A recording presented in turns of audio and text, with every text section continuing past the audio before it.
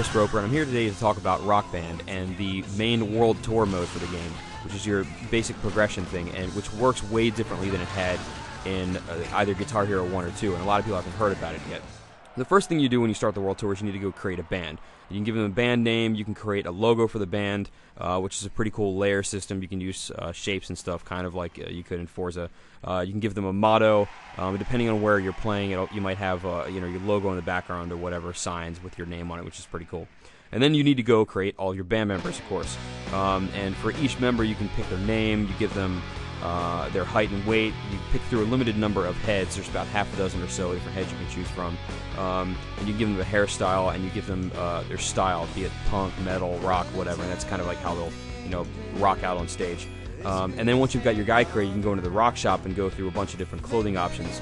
You have clothes that are situated for metal, goth, punk, things like that, styles of clothing. You can change shirts, pants, shoes, accessories, all kinds of stuff. Most of the clothing here is completely outrageous. You can do things from, like the drummer that I made is wearing all like skeleton emblazoned, like a jumpsuit and whatnot, kind of like what you see in the Karate Kid. But then you can create people that look like they're straight out of Sgt. Pepper or The Who or whatever have you. There's some pretty crazy stuff in there. You could probably recreate GWAR if you wanted to. Once your band's set up, you jump into the World Tour and you begin by playing small clubs. Basically, when you first start, you don't have any fans and you don't have any basically notoriety, which in this case is dictated by how many stars that you've earned. Stars count for both your overall progression in the game and on a per city basis. So each city has 3 venues you can play, and when you first enter the city, you can usually only play the smallest club. And in order to get to the bigger clubs, or stadiums as it were, you need to have played the smaller clubs and earn a certain number of stars. And some clubs also require overall stars, so you might need 10 stars in Chicago to play some of the bigger stadiums, but you also might need 100 stars overall to prove that you're big in the U.S. and you're big in Chicago, basically. That's how that works. And when you first go into a city, for each of the clubs, you'll have a certain number of set lists you can play. These set lists include individual songs. You can go in and play just one song and earn some fans that way. Or you can play a different number of set lists. Some of them are like a 2-song set list, or they're mystery set lists. You don't know when you're going to play. You can create your own set list where you can pick any of the songs that you've earned up to that point, and then basically try to earn fans that way. And there also are some pretty cool special event type things where, for instance, one of them is to, if you pass it and you get like an average of 4 stars on all the songs, you'll earn a tour bus.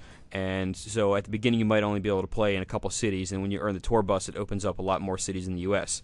Or there's another event that's a Battle of the Bands, and if you win that, you'll basically win a group of roadies, and those guys will then allow you to tour stadiums in bigger areas, because prior to that, you're only playing small clubs where I guess you were looking around your equipment yourself. So it's all a pretty cool setup. And another thing is that songs are unlocked to you basically per each city, and some cities have special events where you'll have a set list of local bands. So for instance, when we played Seattle, we had already played Soundgarden beforehand, but in the local band setup for Seattle, that gave us Soundgarden, and then a song from, and then In Bloom from Nirvana, and then Learning to Fly by the Foo Fighters. And then on the similar vein, where we in Chicago, that was the first time that we got to play the Smashing Pumpkins' Cherub Rock. So it's all pretty cool. It's all sort of city-based. Of course, not all the bands really apply to the city, because then you wouldn't be able to get certain bands put in certain places. But a lot of them are city-centric, and that works out pretty well. We haven't yet gotten to the point where we're traveling overseas in the game, so we don't know. We're assuming you have to get a plane of some sort, and you'll get bands once you travel overseas, like the Who and stuff like that. But we haven't quite gotten there yet. So going back to the fans are, along with the stars, are a big requirement for where you can play. You can't play stadiums until you have a fan base of 50, 60, 70, 80,000 fans to fill the place. And so one pretty cool thing is that some shows will give you options for certain events, like you might play a show that's a charity event, to where if you choose to play it for charity, you won't earn any money for the show, so you won't get any money to buy new equipment or clothes or whatever, but you'll earn double the fans that you would normally get. If you, of course, fail the song, you don't get anything, which kind of sucks for you. But as the case may be, if you fail any song, you quit out of a song, you'll always lose fans. So when you go into a new city and you see the thing that says it's a mystery set list, and you don't know what songs are going to be in there, if they're not practiced and you fail the set list, you're going to lose some of your fans, which is a pretty big deal. So it's not the sort of retry and retry with no penalty, this time around you'll actually lose fans, and that hinders where you can play, and that kind of screws up. You could actually go backwards and not be able to play stadiums anymore, that sort of thing. So your band can kind of rise and fall depending on how you're doing. Now, one thing that we've noticed is that since you're playing a lot of set lists, and one side effect is that you're going to play the same songs over and over again. So while you might play a set list with a new song in there, you'll probably also have to play a repeat. So once you've mastered a song, like towards the end of the game, we can imagine if you're playing songs still from the beginning, you're going to be killing through them, and it's going to may kind of get a little bit tiring. And although some songs you can choose to play singularly, some of the set lists require that you play 3 or 4 songs, and you'll have to go through ones that you've played before again. The game was kind of built for the multiplayer aspect, and so you're going to have more fun when your people are around, you're rocking out with them than just by yourself. So that, in a nutshell, is basically how the World Tour works. So far, from what we've seen, it's a pretty cool progression where your band gets better over time, and you get that sort of rise and fall feel.